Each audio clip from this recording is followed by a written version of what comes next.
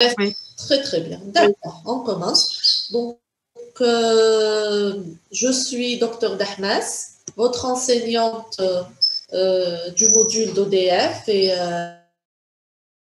la responsable. Nous commençons par le premier cours qui est la thérapeutique amovible. Le programme, pour vous donner un peu une idée générale, si vous voulez, sur le programme de cette année, c'est la thérapeutique, comme la troisième année a été consacrée pour le diagnostic. Nous passons cette année à la prise en charge des patients ou la thérapeutique orthodontique. Pour cela, je préfère vous donner c'est-à-dire la structure générale de la thérapeutique en ODF. Comme ça, vous aurez un classement en tête de la thérapeutique en ODF, parce qu'il y en a plusieurs volets selon l'effet ou bien selon le moyen thérapeutique que nous allons voir au fur et à mesure. Donc, en général, en thérapeutique, la thérapeutique en ODF est divisée en trois volets ou trois parties.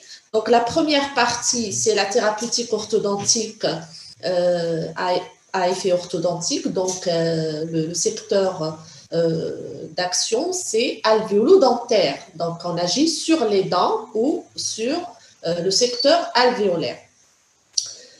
La deuxième partie, c'est la thérapeutique orthopédique qui agit sur la croissance et elle a pour but la normalisation de la croissance.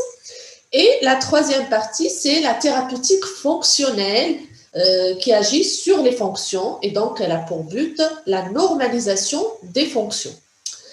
Cette classification, on peut dire, cette classification est faite sur l'effet thérapeutique. Donc, est-ce qu'il s'agit d'un effet orthodontique, ou orthopédique ou fonctionnel? Maintenant, on peut parler autrement et c'est-à-dire classer la thérapeutique en ODF en deux groupes ou deux grands groupes. C'est la thérapeutique fixe et la thérapeutique amovible. Et c'est le cours d'aujourd'hui, la thérapeutique amovible. Donc, la thérapeutique fixe qui utilise des moyens fixes. Donc, l'appareil est fixé en bouche et il reste fixé en bouche, c'est-à-dire le patient doit le porter pendant une durée moyenne de 2 ans. Donc, il va le porter jour et nuit, et il est fixé en bouche, il mange avec et tout. Par contre, la thérapeutique amovible utilise des moyens mobiles. Donc, le patient pourra enlever et remettre à volonté. Donc, il va le porter, bien sûr, toute la journée et la nuit. Il y a d'autres moyens qui les utilisent suivant l'indication juste la nuit, mais en dehors des repas. Donc, il le met et quand il veut manger au moment de repas, il l'enlève. Une fois il termine son repas, il se brosse les dents, il le remet juste après. D'accord? Donc là, vous remarquez que dans la thérapeutique amovible, on dépend en quelque sorte de la motivation du patient et de sa coopération et de son sérieux de porter l'appareil. D'accord? Contrairement à la thérapeutique fixe où le patient, c'est-à-dire il a l'appareil fixé en bouche, donc on ne dépend pas de sa coopération à 100%.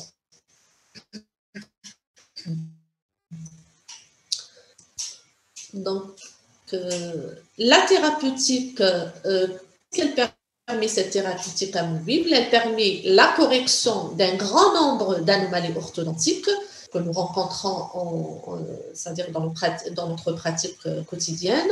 Son coût de revient est faible, donc elle n'est pas très chère relativement à la thérapeutique fixe, et elle permet de rendre l'orthodontie donc un plus grand nombre de patients, vu qu'elle n'est pas très chère. Cependant, elle nécessite 2 points très importants. Premièrement, le diagnostic. Donc, le praticien doit maîtriser le diagnostic et poser le bon diagnostic.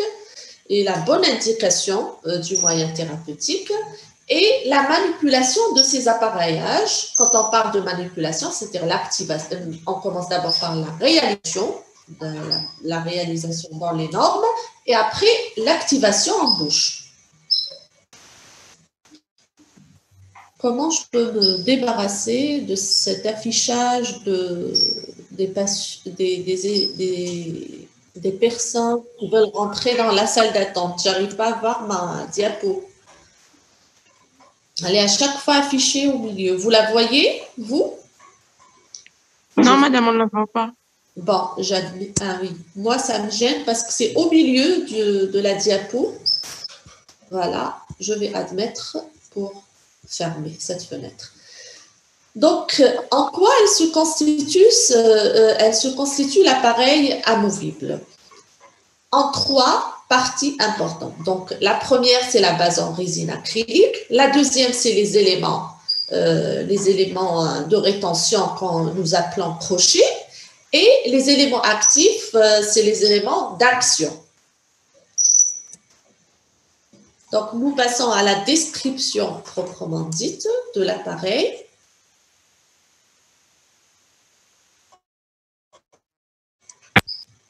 J'essaie de faire passer la diapo, ça ne passe pas facilement. Donc, je vais essayer encore. Je ne sais pas, c'est par rapport à la connexion ou quoi. Voilà. Donc, pour vous montrer à peu près de quoi il s'agit, là, vous avez 2 photos. La première à droite, c'est un appareil amovible maxillaire ou supérieur. Donc, vous avez là la plaque en résine et généralement, on utilise la résine autopolymérisable en orthodontie. Donc, vous avez appelé la base, la plaque ou la base de l'appareil. Là, elle recouvre le palais puisqu'elle est supérieure. Et vous voyez aussi l'élément actif sur cette plaque, c'est l'arc vestibulaire. Nous allons voir après en détail. Et les crochets de rétention représentés par les crochets Adams. Ici, 2 crochets Adams sont postérieurs. La photo à gauche, c'est une plaque toujours amovible, mais inférieure. D'accord? Donc, si vous voyez la différence entre les 2 appareils amovibles, à droite, c'est la supérieure, donc la base recouvre la totalité du palais et pratiquement la totalité, à part l'ouverture que vous voyez au milieu. Je vais vous expliquer ça après. Et l'appareil inférieur, nous avons une petite partie qui recouvre, c'est-à-dire en résine, qui recouvre les parties latérales du plancher mandibulaire. D'accord? Donc, si vous voulez, si on fait une petite comparaison, la base de l'appareil amovible, elle est beaucoup plus importante, étendue sur tout le palais supérieur, qu'en bas, nous avons juste les parties latérales du plancher. Donc, le matériau utilisé pour la réalisation de la base de notre appareil amovible, c'est la résine autopolymérisante sous forme liquide et poudre comme mélange pour obtenir une pâte homogène que nous allons étaler après sur la surface d'appui. Qu'elle soit, c'est-à-dire supérieure ou inférieure. Au maxillaire, la surface d'appui, c'est le palais. À la mandibule, la surface d'appui, c'est les parties latérales du plancher. Cette base ne doit pas dépasser 2 à 3 mm pour que ça ne soit pas trop gênant et aussi pour que ça ne soit pas trop lourd, d'accord, pour ne pas jouer sur la stabilité de l'appareil. Donc, cette base en résine, excusez-moi, je vais admettre les étudiants, voilà, admettre, très bien. Donc, cette base en résine peut être modifiée selon l'intérêt thérapeutique. Donc, nous allons voir les modifications qu'on peut apporter à cette base en résine. Donc là, sur la photo, toujours à droite, nous avons un appareil amovible mené d'un vérin au milieu à action antéro-postérieure dans le cas de correction de la rétroalvéolus supérieure que vous voyez sur la photo à gauche. Donc là, c'est pour vous parler ou pour vous montrer la modification apportée à cet appareillage. C'est la surélévation qui est faite par la résine aussi. Donc, on rajoute de la résine latéralement, de part et d'autre. C'est marqué, c'est fait exprès, c'est marqué en rose pour vous montrer la surélévation latérale, bilatérale, pour plus de précision. Donc, l'intérêt de cette surélévation, l'intérêt thérapeutique, c'est quoi? C'est de créer une ouverture de l'occlusion, c'est d'ouvrir l'occlusion pour pouvoir corriger la rétroalvéolus supérieure. Vous voyez sur la photo à gauche, les incisives supérieures sont derrière les incisives inférieures. Donc, pour corriger la rétroalvéolus supérieure, il faudra ouvrir l'occlusion pour pouvoir avancer les incisives supérieures avec l'action du vérin. Le vérin a action antéro-postérieure. Donc, sans la surélévation, nous pourrons pas, nous aurons un empêchement, c'est-à-dire les incisives supérieures seront bloquées par celles du bas. Les incisives supérieures seront bloquées par celles du bas et donc, dans ce cas, la surélévation a son intérêt capital pour ouvrir l'occlusion et pouvoir corriger la béance.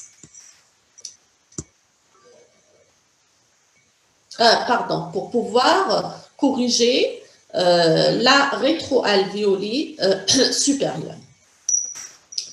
D'autres modifications, laissez-moi passer juste la diapo pour vous montrer, je préfère vous montrer les photos comme ça, vous comprenez mieux.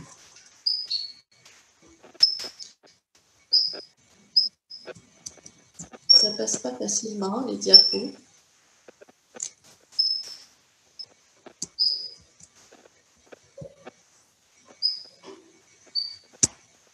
Voilà. Donc, un autre moyen de surélévation, ce qu'on appelle le plan incliné, que vous voyez sur la photo en bas, c'est une sorte de gouttière en résine, d'accord, qui recouvre la partie antérieure inférieure, c'est-à-dire le secteur incisivo-canin à l'arcade mandibulaire. L'intérêt est mixte, c'est de créer une surélévation, d'accord, dans un premier temps. Après, pousser les incisives supérieures vers l'avant. C'est toujours dans le cas de la rétroalvéolus supérieure. Donc, donc l'intérêt est mixte, il est double. Donc, pour avoir le saut d'articuler, d'accord, il faudra surélever pour libérer les incisives supérieures, après les avancer. Donc, le patient ne doit pas porter cet appareillage plus de 15 jours pour ne pas avoir des effets néfastes sur les ATM.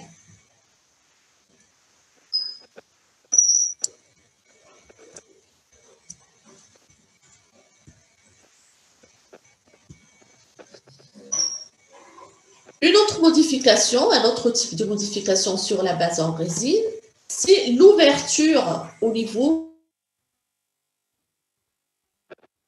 vous voyez sur l'image à gauche. Donc, cette ouverture qui correspond au principe de Bruno-Bonnet, de l'appareil enveloppe linguale nocturne de Bruno-Bonnet. Donc, l'intérêt, c'est d'inciter la surélévation ou le positionnement haut de la langue. Je reviens. Donc, vous arrivez à me suivre? Les étudiants? Oui, madame. Parce qu'il y a eu une petite coupure, c'était affiché sur ma diapo. Voilà. Donc là, la modification, c'est la petite ouverture antérieure qui va susciter le positionnement antérieur et supérieur de la langue. Donc, la langue, elle va chercher le contact avec le palais à travers cette ouverture et donc, cela provoque son positionnement haut. Donc, c'est dans les cas d'une langue à position basse.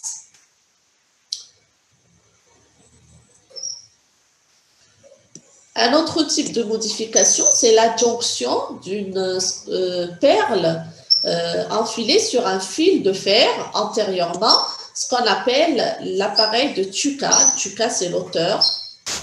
Donc, c'est le même principe, c'est pour stimuler la surélévation de la langue. Donc, l'enfant, on demande à l'enfant de jouer avec cette perle, avec la pointe de la langue, et cela provoque une surélévation avec le temps,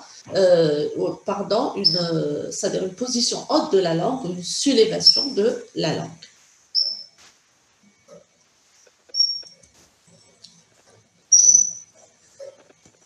Donc là, l'adjonction d'un plan, pour résumer, l'adjonction d'un plan de surélévation latérale a pour but d'ouvrir c'est-à-dire l'occlusion pour pouvoir corriger une rétroalvéolie antérieure.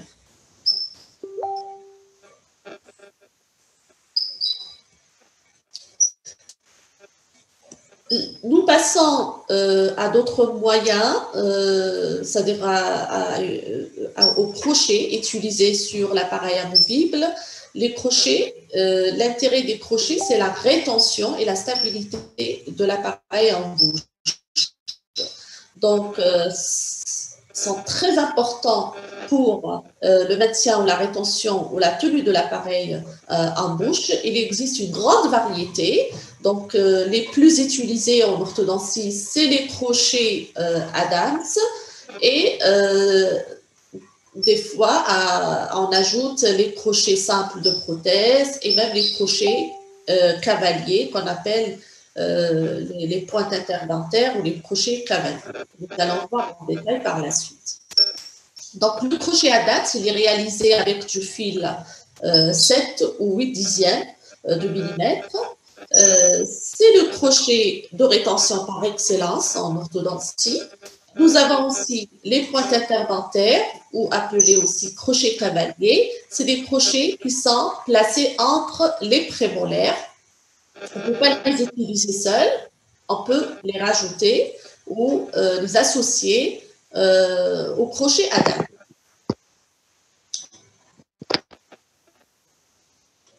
Voilà, sur l'image, vous voyez le crochet ou la forme du crochet Adams. Il comporte deux pointes sagittées que vous voyez là, de part et d'autre, et une barre vestibulaire qui doit être à mi-hauteur de la dent. Donc, le crochet Adams, il peut être utilisé sur une dent permanente, peut être utilisé sur une dent de lait, et peut être utilisé sur une prémolaire aussi.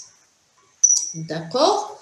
Voilà, donc c'est un crochet qui procure une bonne rétention aux appareils. C'est pour ça qu'on vous demande toujours de mettre sur un appareil actif au moins 2 crochets Adams, auxquels vous rajoutez 2 crochets simples de prothèse ou bien 2 crochets cavaliers.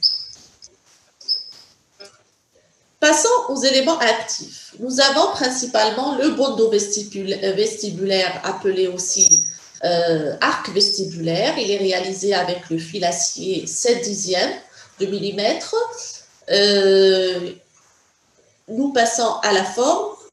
Je préfère expliquer sur les images. Donc, il comporte 2 courbes de compensation ou 2 boucles de compensation au niveau canal et une barre vestibulaire qui doit être aussi à mi-hauteur des incisives. Il peut être maxillaire ou mandibulaire. Il peut être réalisé sur une plaque supérieure ou sur une plaque inférieure. Donc, il peut être aussi actif ou passif. L'arc vestibulaire actif, c'est pour corriger la proalvéolie avec diastème. L'arc vestibulaire passif, c'est dans les cas des appareils de contention qui permettent de maintenir les résultats une fois qu'on termine notre traitement, c'est-à-dire assurer la contention. Donc là, c'est une description détaillée de l'arc vestibulaire. Donc, dans le sens vertical, Il faut veiller à le situer au milieu de la surface vestibulaire des incisives. Son rôle, c'est de déplacer les incisives en direction palatine. Donc, c'est un déplacement, c'est-à-dire dans la direction du palais des incisives. Autrement dit, c'est la correction de la proalvéolie supérieure ou inférieure. Et chose très importante à signaler, c'est que la proalvéolie, c'est-à-dire l'arc vestibulaire, autrement dit, l'arc vestibulaire ne doit pas être appliqué sur une proalvéolie sans diastème. C'est-à-dire seulement, la seule indication, c'est la proalvéolie avec diastème. D'accord? Donc, empêcher le déplacement, un autre rôle, c'est empêcher le déplacement des dents en direction vestibulaire. Ce que je vous ai dit tout à l'heure, c'est dans le cas de la contention, c'est-à-dire une fois que le traitement est terminé.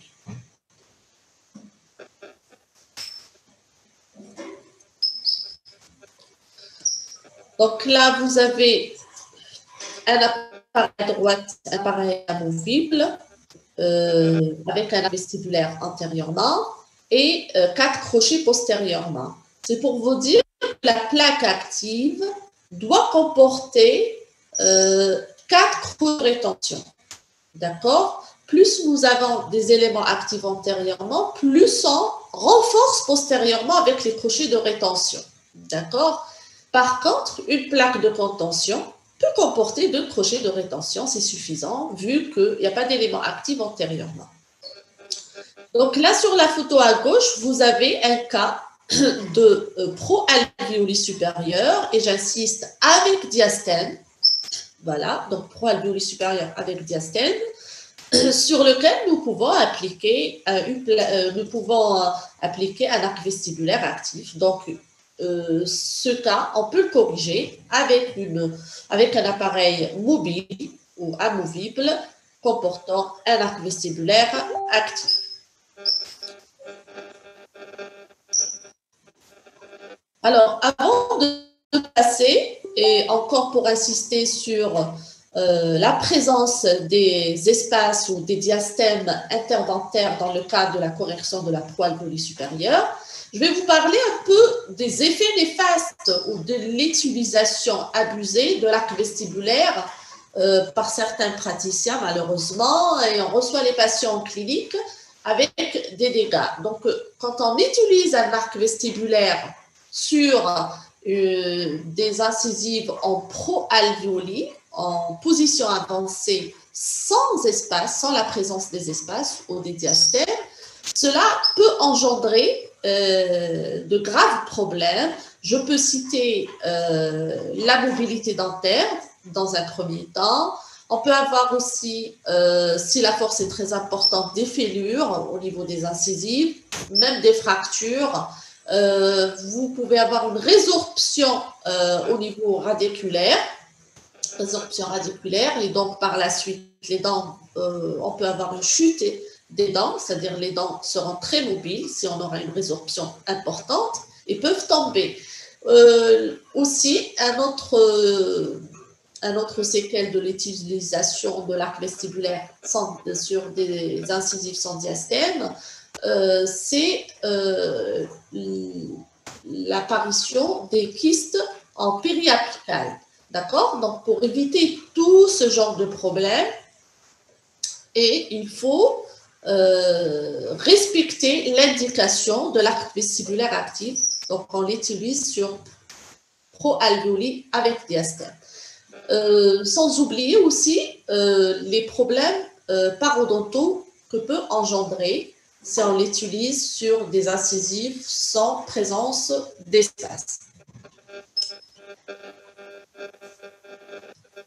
Un autre moyen d'action, c'est-à-dire un élément actif, c'est le ressort de Friel, appelé aussi le crochet vestibulaire.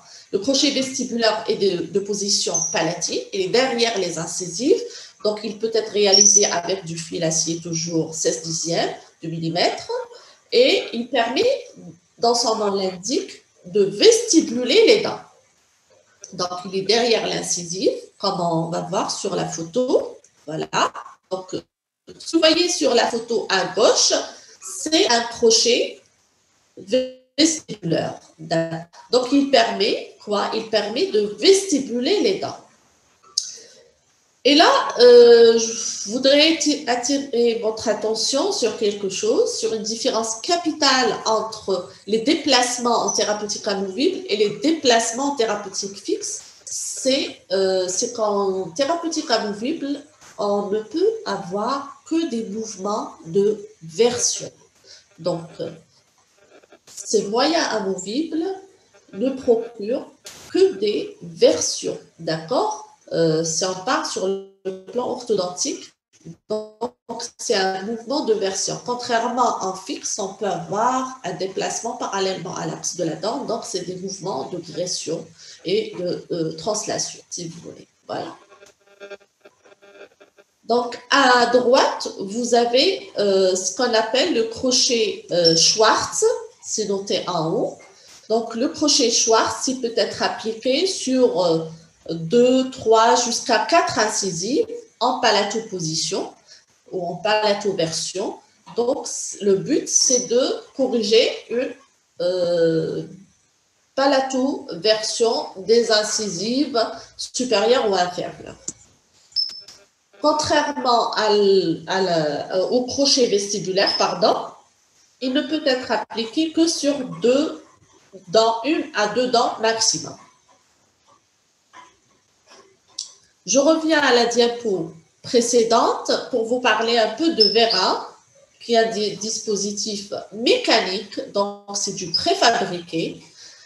Contrairement à tout ce qu'on a vu comme crochet actif et de rétention, c'est au praticien ou à son prothésiste de les réaliser. On peut les réaliser au cabinet ou au labo. D'accord? Donc, le Vera, c'est du préfabriqué. Donc, on l'achète et on le place sur l'appareil. Voilà des photos pour vous montrer des plaques ou des appareils amovibles avec Vera. Donc, le Vera, grosso modo, en général, peut avoir 2 actions.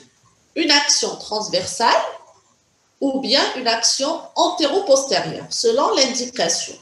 Donc là, sur la première photo, en haut, vous avez une plaque avec Vera à action transversale. Et l'indication ici, c'est l'endo-alvéoli supérieur. D'accord? C'est l'endo-alvéoli et pas l'endognathique. C'est un effet orthodontique. Donc, c'est l'endo-alvéoli, je répète, supérieur. En bas, vous voyez après une plaque, après l'activation du Vera. Donc, il s'agit de quoi? Il s'agit d'ouvrir, c'est-à-dire il faut ouvrir avec une petite clé qu'on introduit au niveau du pertuis de l'appareil ou du Vera et on active le Vera 1 à 2 fois par semaine. Donc, ça nous fait un quart de tour par activation. Donc, au fur et à mesure qu'on active le Vera, on l'ouvre avec la clé. Il y aura quoi? Il y aura écartement des 2 parties de l'appareil. Quand vous voyez, l'appareil est divisé en 2. Donc, elle comporte 2 parties donc, liées par le Vera. Donc, au fur et à mesure qu'on active le Vera, donc on l'ouvre, il y aura écartement de ces 2 parties de l'appareil qui vont agir sur les secteurs latéraux et donc élargir l'arcade et correction de l'endo-alvéoli supérieur.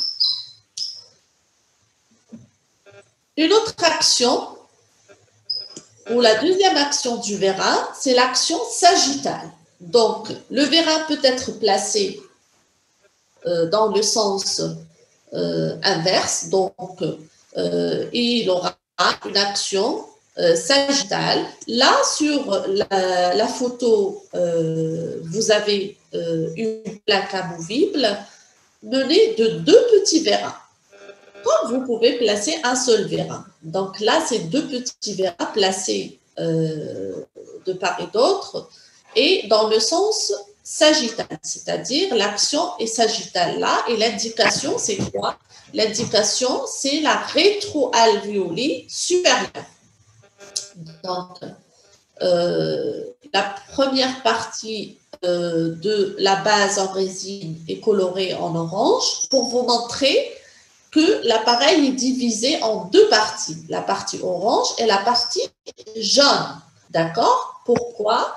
Pour avoir un effet sagittal, c'est-à-dire au fur et à mesure qu'on ouvre ces deux vérins, il y aura déplacement de la partie orange vers l'avant et donc correction de la rétroalvéolie supérieure. Donc cette partie orange va être plaquée progressivement contre les incisives antérieurement et donc correction de la proalvéolie, la rétroalvéolie supérieure.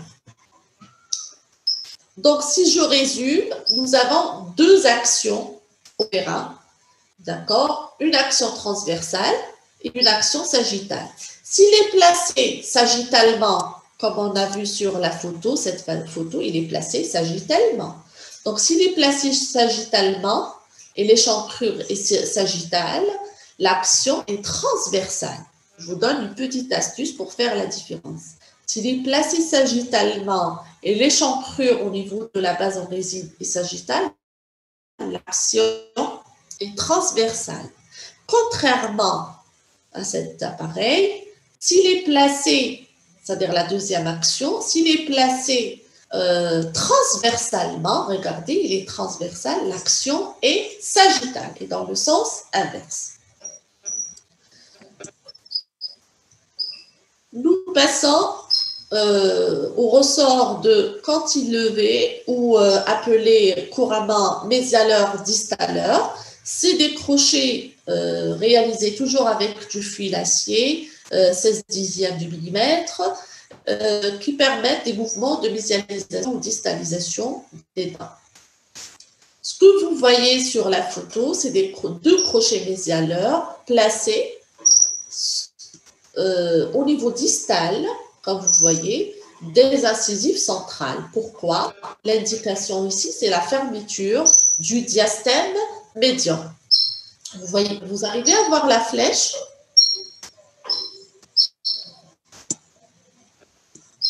Les étudiants? Oui, madame. D'accord, j'essaie d'expliquer avec la flèche. Vous arrivez à voir la flèche sur la diapo? Oui. Très bien. Très bien. Donc là, vous voyez ce diastème médian, il peut être corrigé par l'utilisation ou l'application de deux crochets mésialeurs. Qui dit crochet mésialeur dit emplacement distal. Donc, il doit être en distal, placé distalement par rapport à la dent pour avoir un effet mésial plutôt. Donc, on le place sur la face distale de la dent et on l'active pour avoir un effet mésial. Donc, il y aura fermeture de ce diastème médian par activation des deux crochets en même temps, des deux crochets mésialeurs. Ça, c'est une des indications des crochets mésialeurs. Les distaleurs, c'est le contraire. Les distaleurs seront placés, si on veut distaller par exemple cette centrale, on place le crochet du côté mésial. D'accord? Voilà. Nous passons au rétracteur canin. Le rétracteur canin, comme son nom l'indique, il permet la rétraction de la canine. Donc, il est réalisé avec du 7 dixièmes de fil en acier, d'accord? Et l'indique de crochet et la canine en mésio-vestibulo-position. La canine, si elle est droite en disto-vestibulo-position, c'est une contre-indication. Pourquoi? Comme je vous ai dit tout à l'heure, ces crochets ne donnent que des mouvements de version. Donc, la canine doit être mésio-versée pour que ce crochet soit indiqué. D'accord? Donc, la seule indication du crochet rétracteur canal, c'est la canine en mésio-vestibulo-position. Nous arrivons à une autre indication des appareils amovibles, c'est dans le cadre des traitements orthopédiques, donc c'est le traitement de la rétromandibulie. Et là, l'effet est orthopédique, n'est plus orthodontique. Ça veut dire nous allons agir sur la croissance pour avoir un effet sur la mandibule qui est en rétromandibulée. Donc, l'effet est orthopédique. Il aboutit à l'allongement de la mandibule par stimulation de la croissance candylienne.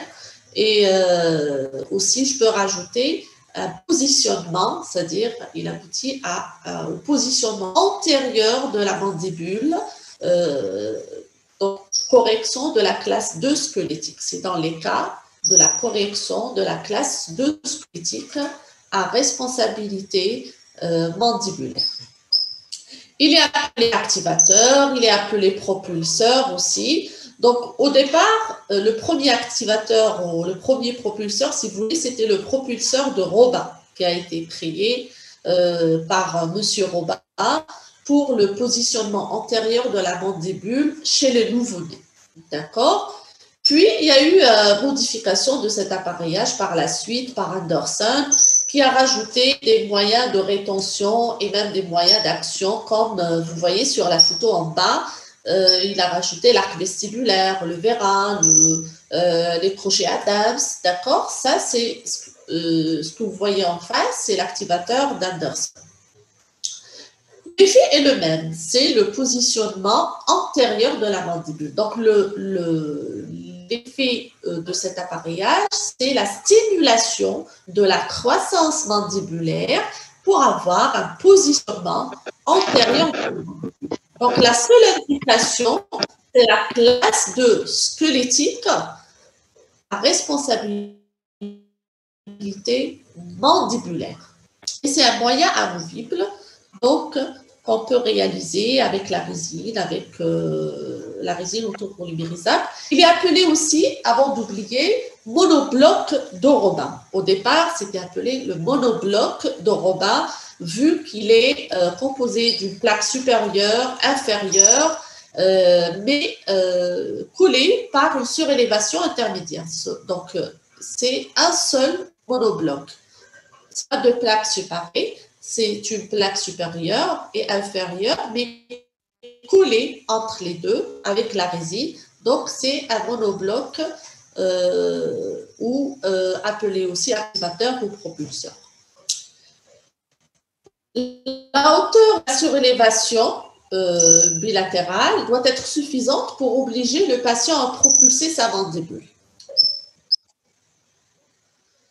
Nous avons aussi une autre indication des appareils amovibles, c'est la correction de la proalvéolie. Ça, c'est en résumé de tout ce que j'ai expliqué auparavant. Donc, la proalvéolie, c'est une indication. La rétroalvéolie, l'endoalvéolie, l'exoalvéolie, par contre, j'ai oublié de vous expliquer que le vérin peut être utilisé dans le sens inverse, c'est-à-dire au lieu d'ouvrir pour avoir un écartement des deux berges de l'appareil et avoir une expansion de l'arcade dans le cas de l'endoalvéolie, on utilise un vérin déjà ouvert sur une plaque qu'on ferme progressivement et donc cela ramène les secteurs latéraux et corrige l'exoalvéolie. Mais il est beaucoup plus utilisé dans les cas d'endoalvéolie. Donc c'est l'indication la plus fréquente. Nous avons une autre indication, la supraalvéolie avec l'infraalvéolie molaire. Donc, supraalvéolie antérieure, comme on a vu au départ. Je vous ai montré un cas de rétroalvéolie supérieure avec supra. Et je vous ai parlé de surélévation pour ouvrir l'occlusion, pour pouvoir corriger la rétroalvéolie. C'est le même cas. Donc, supraalvéolie, c'est de la thérapeutique amovible aussi. La correction des malpositions dentaires est une Donc, quand il s'agit de version d'une dent, même d'une dentaire, nous utilisons un couple de force. C'est-à-dire, s'il s'agit d'une rotation, par exemple, d'une centrale, un cas très simple, nous pouvons utiliser le crochet vestibulaire en palatin et l'arc vestibulaire antérieurement, et en activant les deux, cela donnera un couple de force qui permettra de corriger la rotation. Une autre indication des appareils amovibles, c'est le maintien d'espace, que nous appelons les mainteneurs d'espace dans les cas de perte précoce des dents de lait, principalement la deuxième molaire temporaire. Donc, comme vous le savez, la dent de lait a un triple rôle, le maintien d'espace avant l'arrivée de la dent permanente, le maintien de la DV, la dimension verticale, et aussi la fonction occlusale. Donc, si l'enfant perd sa dent de lait précocement, donc il faudra au moins maintenir l'espace et pour ne pas le perdre, et donc il faut le maintenir avant l'arrivée de la dent permanente.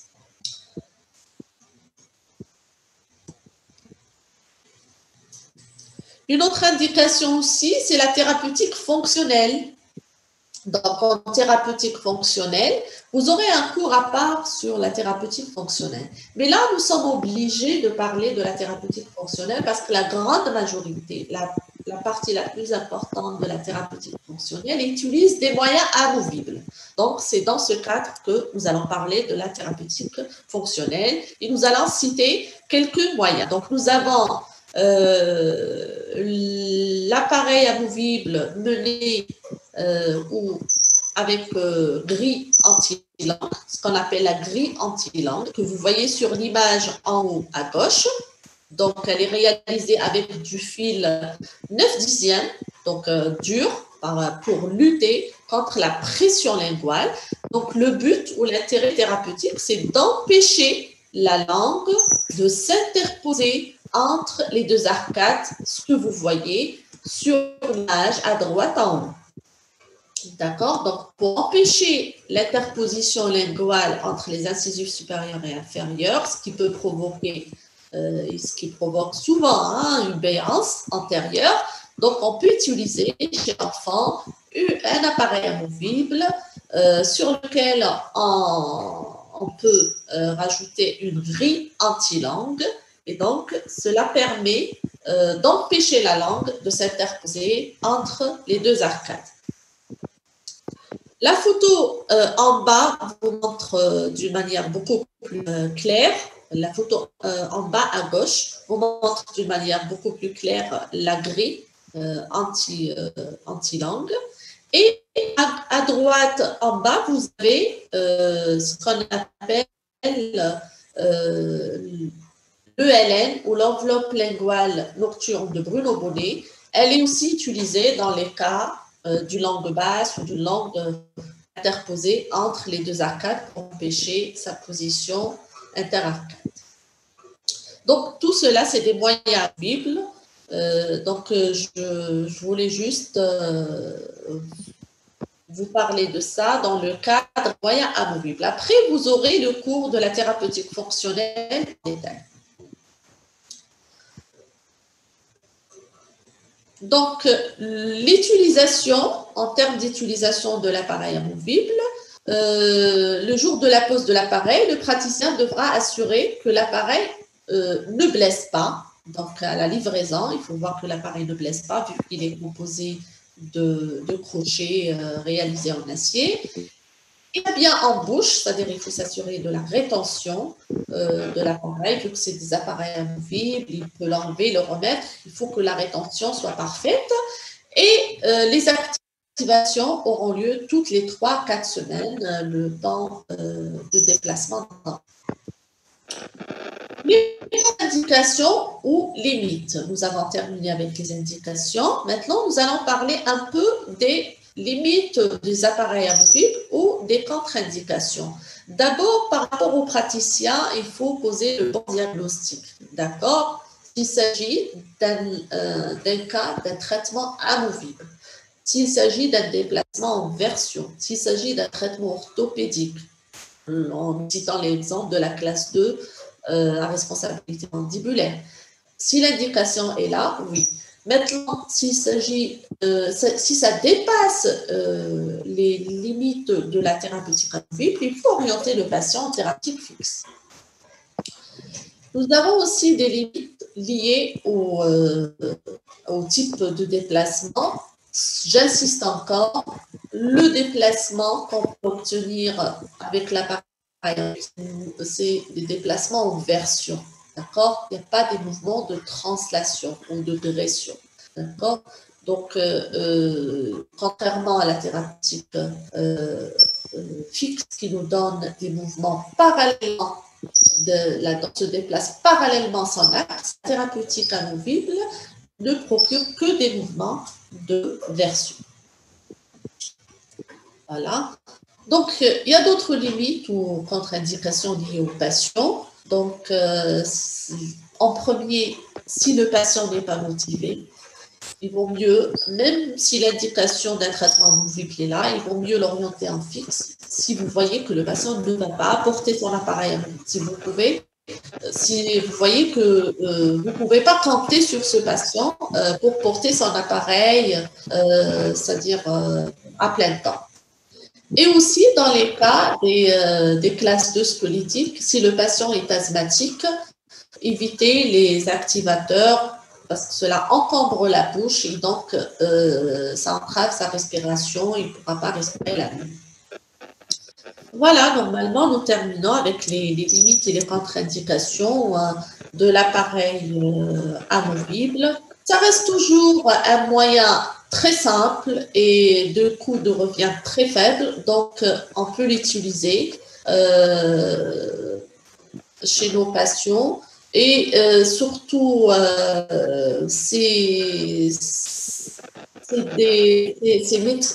c'est-à-dire même les généralistes, les dentistes généralistes peuvent l'utiliser. Ça ne demande pas une spécialité. Il faut juste maîtriser l'indication, la bonne indication, et c'est-à-dire le diagnostic pour passer à l'action. Voilà, donc je termine avec ça. Et si vous avez des questions, je suis là pour éclaircir encore.